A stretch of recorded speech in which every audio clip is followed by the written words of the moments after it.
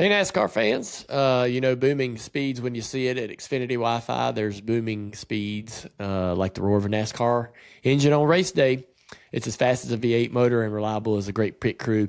Xfinity Wi-Fi gives you the power and speed of NASCAR in your home. Choose the right plan for you and you're off to the races. It's the best streaming experience for NASCAR and all your favorite sports because Xfinity Wi-Fi is booming. They don't just raise the bar, they stream in overdrive. They're a proud premier partner of NASCAR. Thank you, Xfinity, for everything you do here for us at Junior Motorsports. Looking forward to some great questions here, Andrew. Yes, this first one is coming from Tony on Twitter. How nice is it to not have to wear a tie at the racetrack? I got good at tying them, so I was kind of sad that we stopped wearing them. What? Yeah. I know. I mean, look, 5-6 years ago, I didn't want to wear no tie. But then once you learn how to tie one and you got all these cool colors and stuff, I don't know, it was kind of a fun form of expression. I'm all right with it, though. We're definitely more casual, and I think we're going to continue that going into the TNT portion of the broadcast over the next handful of races. So I'm not complaining at all. I'm glad we don't have to wear sports coats. Those are uncomfortable. I don't like sports coats. They're uncomfortable. They're heavy, thick, especially during the summer. I don't find them comfortable at all. So if I get a sports coat that's comfortable, it looks like because it's too big or I'm wearing it too big. So I'm like a 40, 42 regular, and they're all up in your pits. Just not comfortable. Are you into like ties as much as like your sock game? Like, is that something like you've got a big collection? I got to pick it up on the socks, man. Oh, really? Yeah. You've been slacking. My sock game hasn't changed in the last 5 years, so it might be time for like a sock audit. I talked about this on Bless Your Heart. I did a sock audit on the ankle sock, right?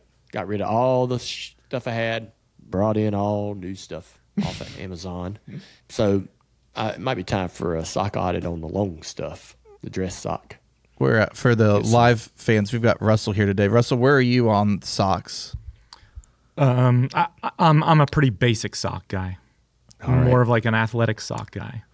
How long do you wear your socks for? Like, how many wears do you get out of them? We talked about that. I don't really have a number. I just keep wearing them till they look like they need to go in the trash. Latart tries to tell us he does like three wears and throws them away. He told me he doesn't wear the same pair twice. He does. He That's totally does. crazy. Yeah. So 3 wears and he throws them away. Yeah, that's what he says.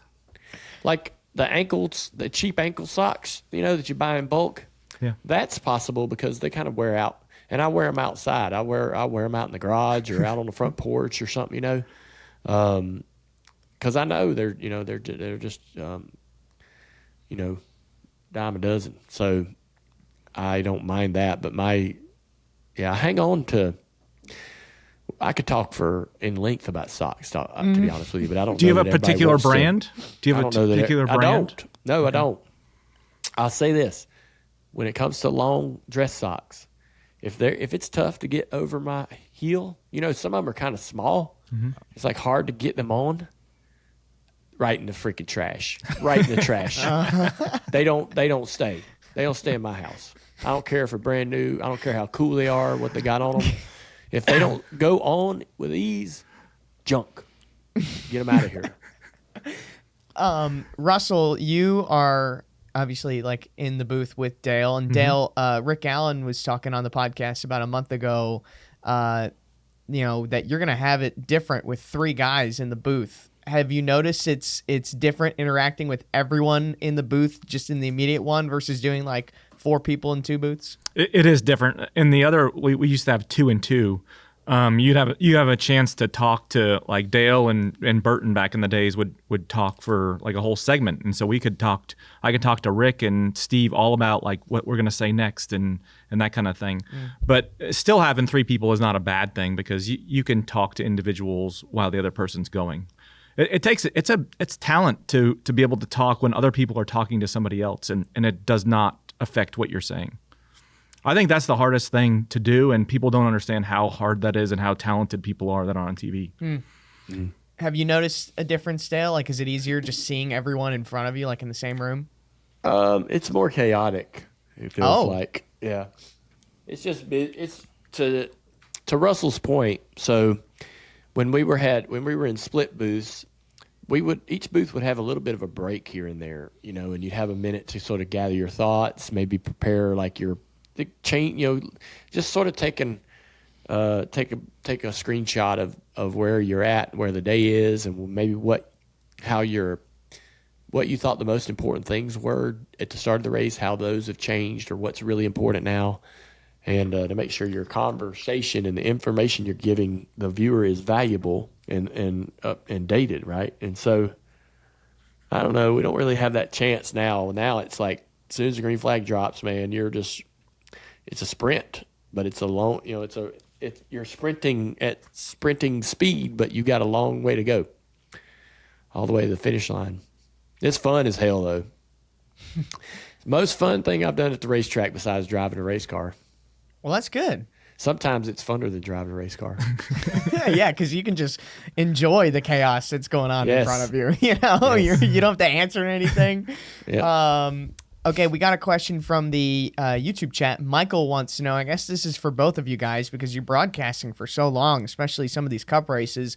What are your go-to booth snacks? Well, I eat kind of the same snacks at home, so I bring a couple in my bag. There are snacks in the booth. There's this little trail mix pack. It's about 230 calories. I might have one of those. At the night races, they'll bring a sandwich in there. So like during the 600 and during the Nashville race, I ate a dang sandwich during the broadcast. So you got to do it quick. Like grab a couple bites during each break. And try to have your mouth clean and ready to speak clearly, before you come back on air. But, that was. Yeah. No. Go ahead. Yeah, that's it. I mean, that's pretty much it. I got a couple snacks, and I don't try to get too much into it. Russ, have you made Steve mad with your food orders yet this year? No, but this past weekend he reminded me that was Nashville last year where I added the jelly to the peanut butter sandwiches. So, yeah, I'm more of a protein bar guy, and cashews kind of thing go to. Interesting. But, yeah. Do you agree, Dale, or not? No. Cashews, man. Cashews are interesting. Choice. You don't like cashews? I like not so much a cashew guy. I've really? Always I like the other kind. What pistachios? Pistachios, yeah. I like those. What's the difference? Is that a dumb question? Yeah. Oh, there's at least one of those. I had to get it out of the way. This next question coming from our good friend Bozy on Twitter. What would it take to see you hop in a car at the Rolex 24 again? Well, all right. So here, that's a great. We had this. We had the podcast last week with the some of the team from the 2001 Corvette team, and I went to broadcast the 24-hour race over the last handful of years for NBC, and I really got a firsthand update on how those guys race and what that series is like. So when I ran the Corvette during testing in 01 and 04, during the race in 01, during the race in 04 with the prototype, there wasn't it was okay and to be expected if you were a couple tenths or so off of the A driver. We had to, the guys that are driving in this series every single week, driving this car every single week, you'd get in there and you'd be 0.3 off, a half a second off maybe. And that was kind of to be expected. You weren't going to find it. You could try your ass off. You weren't going to find it. But it was okay because when the race started, everybody dialed it way back. The cars were too breakable. You had to be really careful, and you didn't want to hit anybody. You'd have to repair anything, and so you really kind of just drove way down, like 80 or 90%. And so then the elite drivers of the pros would drive down to our level. Now, I kept trying to race hard. to be able to say, hey, look, I'm running the same lap time as you guys now. But I still, when they wanted to turn it on, I still wasn't going to be as fast as they were, and neither was Dad. And that's kind of what you see in a lot of the Cup drivers that go over there and run. You know, they're good, and there's guys that get really close, but they're just a touch off of like the best drivers in the field. Well, now those cars are much tougher. The drivers have all gotten better. They gotten smarter. They got more tools. And every car has elite drivers in it. There's some pro-am guys. There's some, rich CEOs out there, but there's mostly really, really, really fast drivers. And they run that entire 24-hour race like they're qualifying. It's like insane. They just push.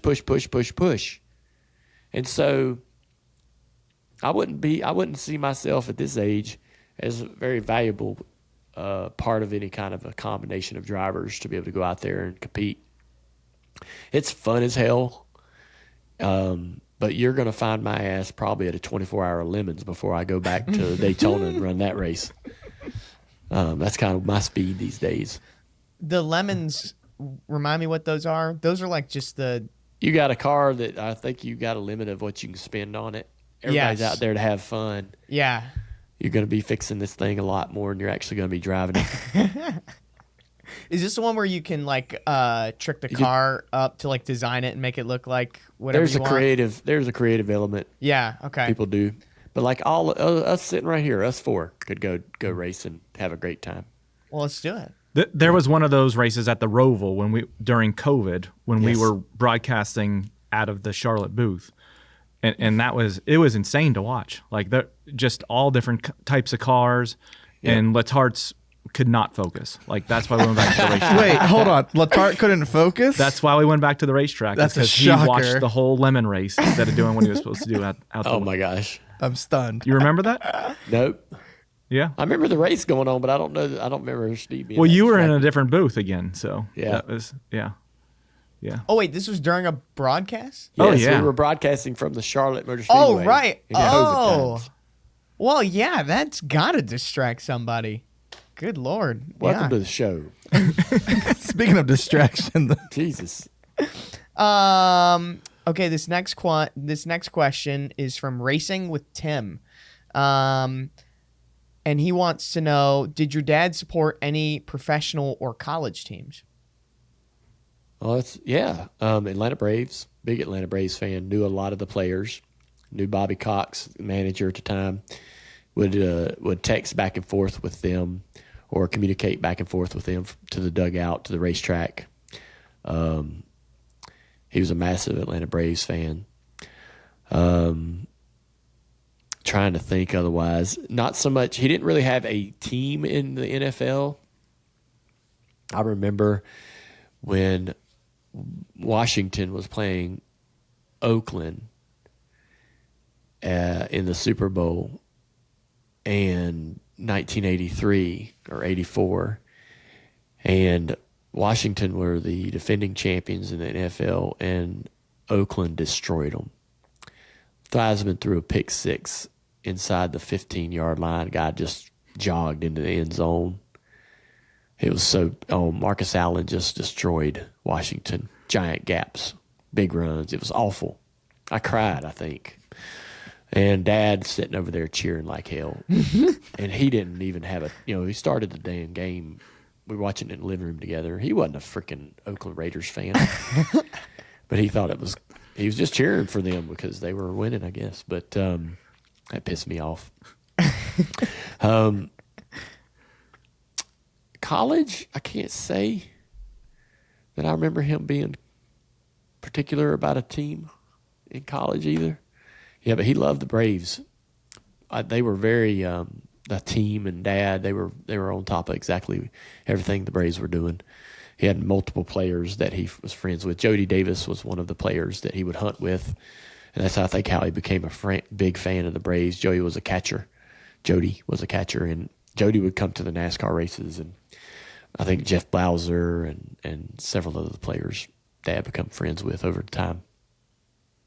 That's cool. We're seeing. We asked the chat who is your favorite sports team. I'm seeing Bills, Commanders, Yeah. Patriots. So I appreciate everyone chiming in. Yeah, go ahead. Obviously, I'm a big Commanders fan, and in college, Amy's a Wildcat, so she wants me to pull for Kentucky. I haven't really been asked to do a bunch of that, but I know that's always on the table. I pulled for the Gamecocks for years because Spurrier was there. Steve Spurrier, when I was really young, sent me some autographed footballs when he was coaching for Florida, just out of the blue. And I always thought he was cool. Met him a couple times. He's actually been a guest on this show. And we went to him down in South Carolina to interview him for a Dale Jr. download. But or it was maybe I was back when I was on XM radio. But either way, so I kind of pulled for anything he did. And so I kind of became a Gamecocks fan there for a while. I still want them to do well. Actually, Lou Holtz used to coach for the Gamecocks, and I asked Lou to come to DEI and speak to our company right after Dad passed away. Lou was a great speaker in his time, and hard to understand, but he had great messages. But that was a lot of fun. So anyways, I pulled for the Gamecock. We actually had a kid that played running back for the Mooresville Blue Devils, our home team that I went to high school, actually got accepted to South Carolina.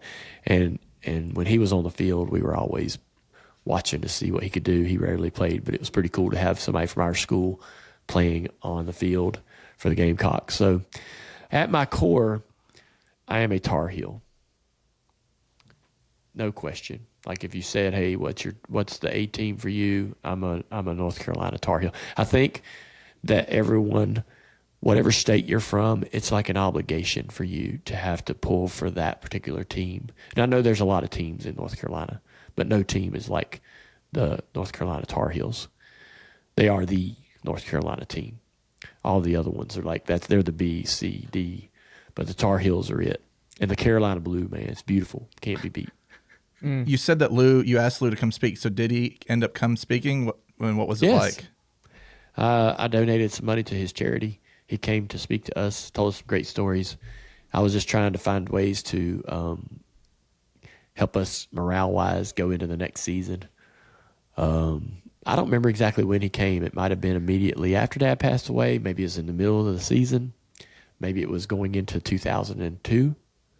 I can't really remember, but I'd heard somewhere that, something sprung into my mind from something I'd heard about him speaking, and I should get him to come talk to us. And so that was good. That's cool. I like the Braves too, because Dad did. So I'm a Braves fan as well. But that's like the closest team we have here to North Carolina anyways. Yeah. Well, and back then it was one of the main teams that were on network TV. It was them or the Cubs. Yeah. I remember exactly where I was when I saw them lose the World Series. I think it was to Detroit.